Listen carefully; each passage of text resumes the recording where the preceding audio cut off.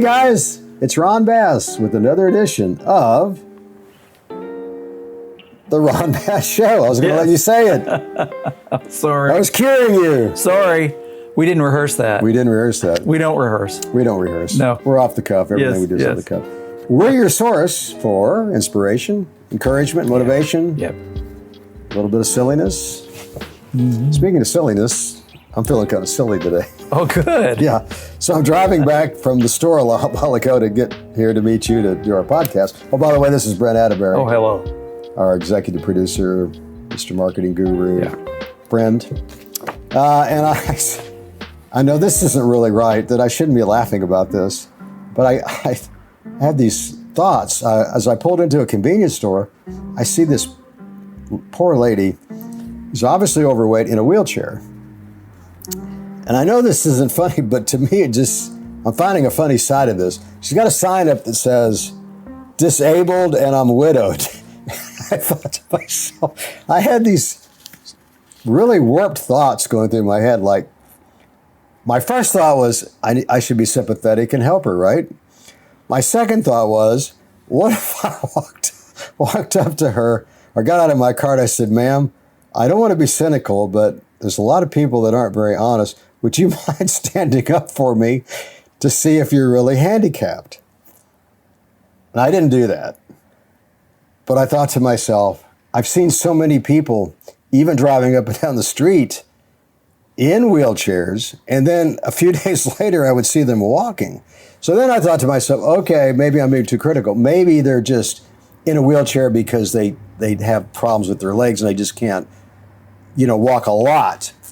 So then I thought, but what triggers me about this particular lady was that it said widowed. I think that's like a little bit much to try to make people feel sorry for her, because the handicap would have been enough. Disabled would have been enough on the sign.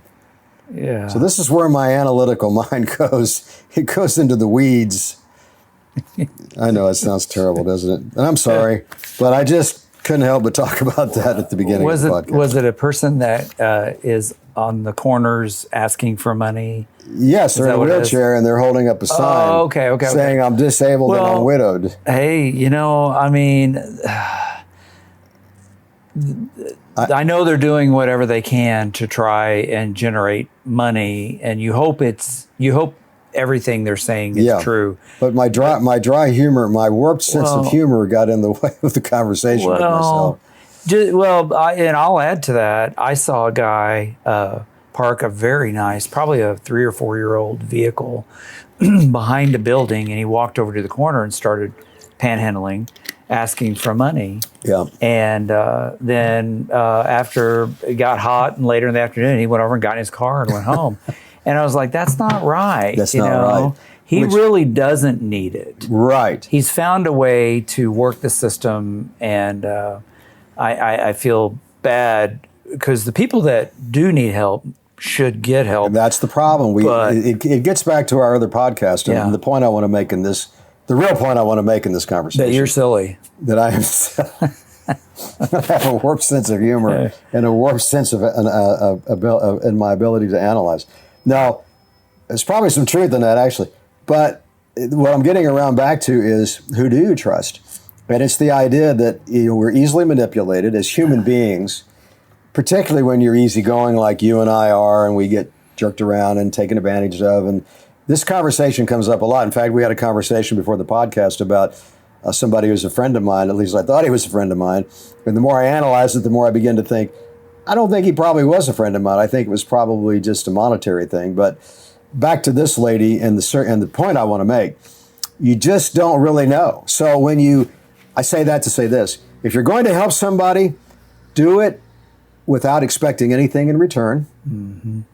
There's an old Jewish saying that the purest form of giving is to give anonymously. But for sure, if you're going to give and help somebody, never expect anything back in return. And then you're not going to be hurt, disappointed, upset, feel like you're used, et cetera, et cetera. Okay, just a little bit of something I wanted to throw out there in the beginning of our podcast today. Another silly thing happened on my way to the podcast. Oh, boy. Wasn't there a show where they said on my way to there was a movie or something on my way to something about in the Roman Empire on my way to the Palladium. What do they call it? On my way to the Colosseum. There was a line in a play or a show or something like that, a famous movie. Oh, something happened on the way to the Colosseum. At any rate, another thing happened on the way to the podcast today. I know you're going to think this is silly, but I find it very philosophical. Okay. Yeah. I see this turtle. I'm driving down the road. Yeah. I'm driving down the road to the office to do our podcast, and I hit my brakes. And I stopped, and I see this turtle. I mean, this turtle was pretty big. Hard shell, right? Yeah. And I'm thinking, and he's just like walking. Oh, there's the train. There's our train. That's another gig, man. Every time we do our podcast, seems like the train comes by, right? And the horn honks. And we find that to be symbolic of... someone hits their goal. Somebody hits their goal. Or that a change is coming. Yes. Something positive is going to happen in your life, guys. So Yes. we're waving our wand right now to suggest that something magical is going to happen in your life because the train just came by and the horn just honked. Isn't that something that it did it right as we're doing our podcast? Yes. And the train is moving as slow as a turtle. It needs Slow as the to hurry up and get by. So back to the turtle. Yes. So I'm thinking to myself, you know what? It must be hell to be a turtle having to cross the road and hope that you don't get run over. But that goes hand in glove with what I was saying the other day about dodgeball. It's like all day long, guys, we're like the turtle trying to not get run over by a car as we cross the street because we're constantly dodging, circumstances that can put us down, that can end our lives or that can make us miserable or that can injure us or... You get the idea. So I feel like maybe all day long we're like the turtle crossing the street. They say slow and steady wins the race. Slow and steady wins the race. That's very reflective of who I am. My whole life I've been that turtle. But you know what? Even a turtle eventually crosses the finish line. Even a turtle eventually crosses the finish line. You don't have to be the hare. No. So... Excuse me while I answer what's asked. Hey, no problem. You started the podcast different than it's probably been the most unique way you've started a podcast ever. Oh my, I'm silly. Okay, Phew. Just a couple of things I want to throw out since we're talking about current affairs, or I want to talk about some current affairs. So this is 2024 September. Crazy stuff going on in the world, right? Some of our listeners, by the way, are from Russia and Belarus, which I believe is in that part of the world, right? So the Ukraine war, the Israeli war, man, I mean, it's like constant news about these wars, right? And I think to myself, what is it about war? What is it about that motivates people to have war, right? So you think about land, you think about money, you think about power, and you can apply that in real life. I mean, it doesn't have to be like a war for that to make sense. Like in our real lives, look at all the crime that's committed over power. I want to be in control of you. I want to have, exercise authority over you. I want your money. I want to live in the house. I'm going to kick you out, particularly in divorces, right? So it's not just like, I think war is probably really a reflection of real life. Does that make sense? And a little bit. Yeah. Well, I mean, that's how I look at it. Now, I can see the unfortunate part about it is that people are dying right and left. I mean, we think we got problems. My goodness, thinking about all these children and parents and brothers and sisters and wives and husbands and soldiers that are dying every single day. And you know what's even more sad is that we see it so much on the news that we've desensitized to it. It's like another battle, another war, another person that's killed, and it's like, oh, isn't that terrible? 6 more people died over here, and we just, that news is old news now. Now we go on to the next battle and the next war, and then it's just sad. Mm-hmm. But that's the way I think the brain works in order to be able to deal with struggle and to deal with sadness and hurt. we tend to desensitize. But you can apply that same thing, that same term to real life. Like if you're a fighter, and the more you fight, the more you desensitize to the struggle. I know about that because of martial arts, right? If you're struggling with money problems, and the more you struggle with money problems, the more you desensitize to the fact that you've got money problems. So eventually it gets to become, you're not uncomfortable with it anymore. Now, is that good? That's not good necessarily, but at least it allows you to continue to move forward and struggle to fight the battle to win the war. Not to use the puns to get back to the war discussion, but you get the idea. Okay, so moving on. Another reason I think you have war is because of greed, which is another characteristic of people in everyday life, right? Greed, which motivates a lot of bad people and causes a lot of crime and causes a lot of hurt. Look at this P. Diddy thing. That's another thing going on right now. The artist that's just been put in jail and accused of, oh my goodness, so many crimes, sex crimes and kidnapping crimes and racketeering crimes. And here's a guy who's probably a billionaire. What in the world is he thinking? Why is he doing all this crazy stuff? You know what I think? I also saw this preview of the documentary about the football player Hernandez. And in this documentary, this trailer, they were talking about, he said, do you know who you are? He says, yeah, I know who I am. I'm a demon. So here's a very successful athlete making millions of dollars, but he's a criminal. And I think what happens with a lot of people, I think they start off being that way. And then they reach fame and fortune, and people look at them like, wow. But I think that's who they really have been the whole time. I think the money's just enabled them to be more of a criminal, more of a bad person, more of a demon. It's kind of crazy, but that's kind of, I think, what's going on with people like P. Diddy and with the football player. What was his first name? Hernandez? I don't know. No, he's the one that went to prison and committed suicide, which is a sad way to go, huh? Yeah. They say P. Diddy's on suicide watch, and he's in like a really bad prison in New York City. Bad deal. Yep. And he's affected a lot of lives. But you know what? You hate to say it, but it's like you're innocent until proven guilty. Yeah. Yep. Except in my case, I'm always the one that accuse them. I'm guilty before I've been proven innocent. I always get the short end of the stick. Not always, but quite often. Why are you looking for sticks? I know. I look for sticks. I mean, what the heck? Just let them go. Okay, guys. So look, you have to be resilient. And speaking of resilient, I was reading an article. No, I saw a documentary on President Nixon he was back in the 60s, right? Watergate, all that stuff in the United States.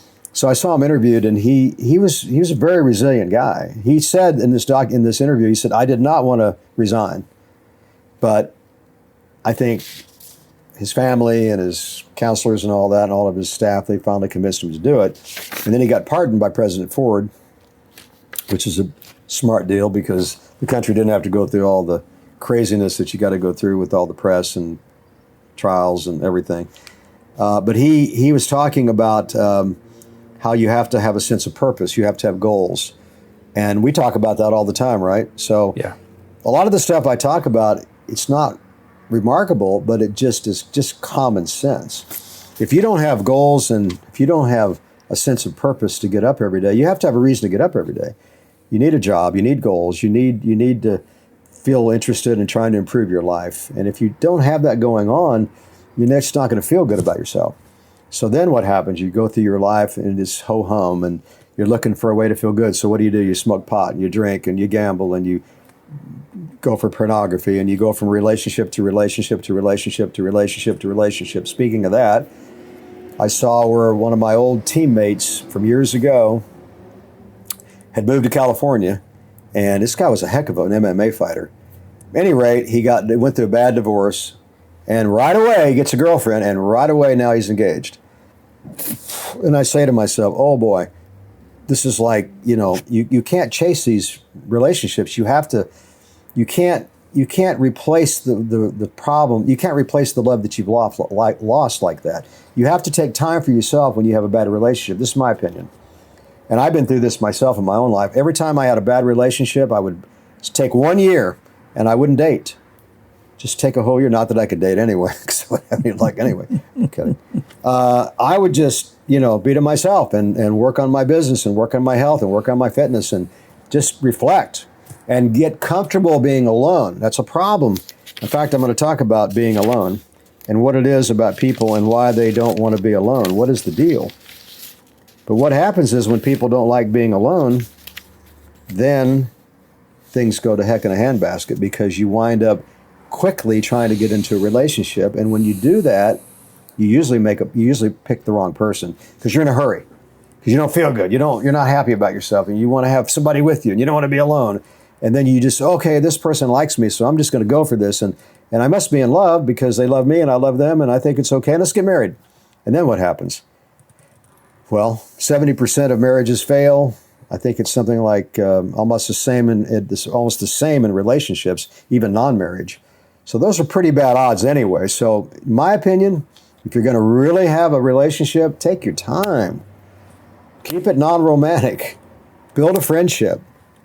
Friendships and relationships have to be based on respect, not on sex, not on romance, not on you look great or you're beautiful or you're handsome or you feel good when you're with them because you have these affectionate feelings. It has to be based on that's a good person, you're a good person, you guys care about each other, it's non-romantic, and you start with that, and then when you build from that, guys, you're going to have a lot better chance of succeeding in your marriage or your relationships. There again, that's my opinion. I bet I'm more right than I'm wrong. It's probably not 100% what I'm saying, but I think I'm in the ballpark.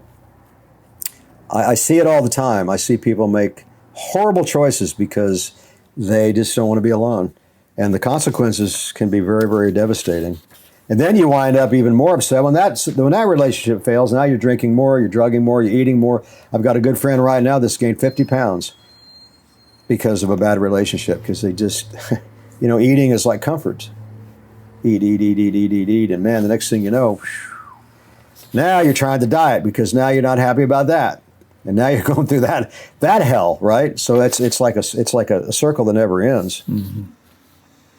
In a relationship, if you're going to have a relationship, I think it's important to have some space. I've got one friend that's him and his wife. They're so codependent that it's like wherever he goes, she follows him. It's like they can't be out of the same room together. Almost like she goes to the bathroom, he almost has to go to the bathroom with her. It's not quite that bad, but it could be that bad. So you got to have some space, guys. Remember, absence makes the heart grow fonder. Man, that should be on like a Hallmark card. I know. Maybe we should get in the card business. Maybe. Wow. You have to be good at communicating. You have to get it on the table, guys. You can't just be like holding in feelings. Get it out on the table right now. Talk to your mate. Whatever you like or don't like, get it on the table and visit about it. Get it out of the way. If it's good, massage it. If it's bad, get it out of the way. Work through it. Okay. So much for all that. Any breaking news? Oh, yes. Okay, I'm ready. Getting tired of listening to myself. It was kind of sounding like Dr. Phil's show there for a little bit. I'm thinking. So The Dr. Ron show. Dr. Ron, yeah. Okay, you know how you always talk about how alcohol is really not good for you. Yes. It makes you do stupid things. Yes. It basically impairs judgment. Yes. Well, there was a guy in Florida that was drunk and he was driving. Okay. And That wasn't smart. no, it wasn't. And then he called 911 to report himself drunk driving. And he gave him his location and they pulled him over. What in the world? Well, if you think about it, he was drunk. It impaired his judgment and his ability to process what is right and what is wrong. Now I'm glad he did it, but there again, that goes to show you alcohol does impair your judgment because it caused him to call the police. With an exclamation mark, it does. That's funny. And then today is National One Hit Wonder Day. Oh, God. That's crazy. So, as in music or as in like smoking marijuana? Oh, music. Okay. Yeah, 'Cause, yeah, One yeah. hit, people say hit. Take No, a hit, take no, a hit. no, no, Okay, no, I'm just no. saying. Just talking. Or who are some of the one hit wonders? I don't You're not really sure. know. I just know that's the day That's you the day. celebrate. It's also National Daughter's Day I'll for tell you those of one you hit that have a wonder daughter. story. There's a group in Springfield, Missouri called the Kate Brothers, two brothers. And they had a hit song back in the 60s, and they were on the, what was the Dick Clark show? Yes, What was the name of the show on Saturday mornings of the American Bandstand. American Bandstand? And they were on that show. And that's the only hit song they ever had. I think it got to the top 10. But they were on that show, and they're pretty old now, but they have had a very successful career just playing, across the country, mostly clubs. I mean, they didn't hit the gazillions of dollars. Yeah. But it does goes to show you, even one hit, and you can play music for the rest of your life and make a living. Thought that was interesting. Yeah. And I don't know them real well, but I have met them, and they've actually played in a number of clubs that I've went to over the years, and so there you go. There's a one hit wonder story. Yeah. How much time we got left? Are we about out of time? As much time as you want, Ron. Okay. Well, you're the executive producer.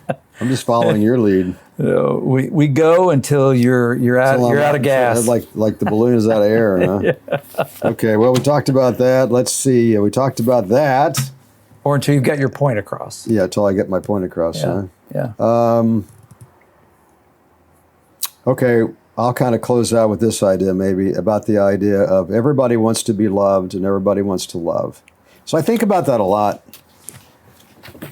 I think everybody's different, but I think that's really the driving force in life, that people don't, back to what I said earlier, people don't want to be alone.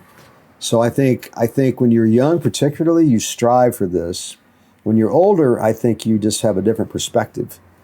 And it's not so much about romance, it's more about just having good friendships and hopefully helping people, because you've had a lifetime of experience, and you look for love in a different kind of way, more of like a friendship love.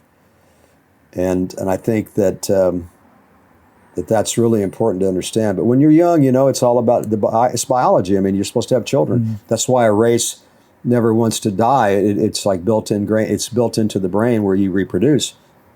So you get married, you have kids, right? But unfortunately, when you're young, you don't realize the potential repercussions of that. The 7-year itch.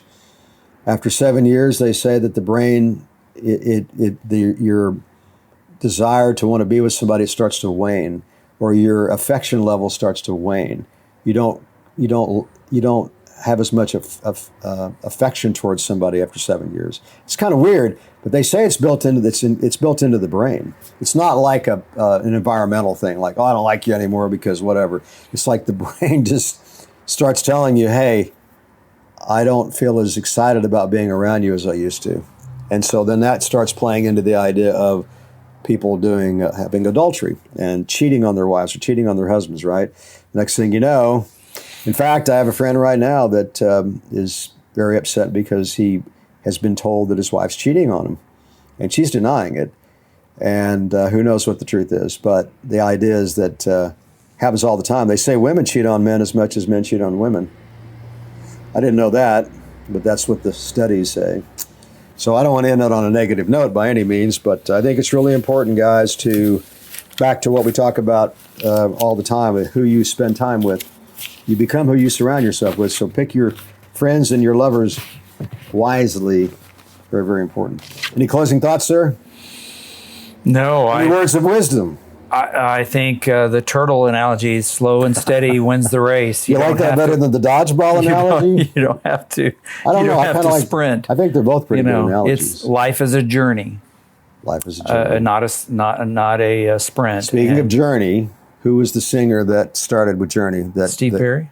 Steve Perry, who quit early on in his career. Mm-hmm. Saw him interviewed the other day, and he's back doing music again. Mm-hmm. But the guy that replaced him just came out with a big hoop-de-doo about something happened, and now he feels like maybe he should quit the group because he's getting some bad press or something happened. But I'm thinking to myself, this guy's got a great voice. Wouldn't that be a shame if that happened? I guess he's getting some real negative comments for some reason, but a lot of haters out there. Well, it's if you're talking about the same guy, Yeah, he's from another. I think he's from another country. They found him on. They found him, right? It was a contest on YouTube or something. It was a contest, and turns out he beautiful voice sounded a lot like Steve Perry. Exactly, not like the Steve same, Perry. not Almost. the same. No. I saw him live. Oh, you saw him live? I did when they were in Springfield here. Oh, okay. I went and saw him live. Okay. So he's not exactly the same, but he carries the song in a similar fashion where it almost sounds like Steve Perry. And people may want the original, and so I get that. But he basically is carrying on the music that a lot of people still love. And they're doing sellout shows everywhere they go. Well, he said on this podcast the other day, or he said on this post on the internet, he said, if I get 1 million no's, then I'm going to quit. Well, I don't really know what's going on there, but he's obviously miffed about something. Something's affected him. So much for all that. How did we get on the discussion of Journey? Oh, you said life's a journey. Life's a journey. Yeah. Not a sprint. Not a sprint. That's pretty good. Yep. Back to the turtle. Yeah. Okay, guys. Well, look, just remember, if you don't give up, ! Never give up, never give up, never give up, never give up, never give up. Never give up. If you don't give up, and since you're not going to give up, eventually the stars are going to line up, and you're going to get a lot further down the line than you would if you would have quit. I can't promise you're going to be a millionaire or a big star or whatever, but you know what? You're going to be a lot further down the line than you would have if you would have quit. So you have to be optimistic. You have to believe in yourself, because a lot of times nobody else will. You have to pick yourself up by your bootstraps and continue down the journey. Yes. And if you'll do that, you're going to be fine. So just remember, until then, and even after then, stay the course and be positive.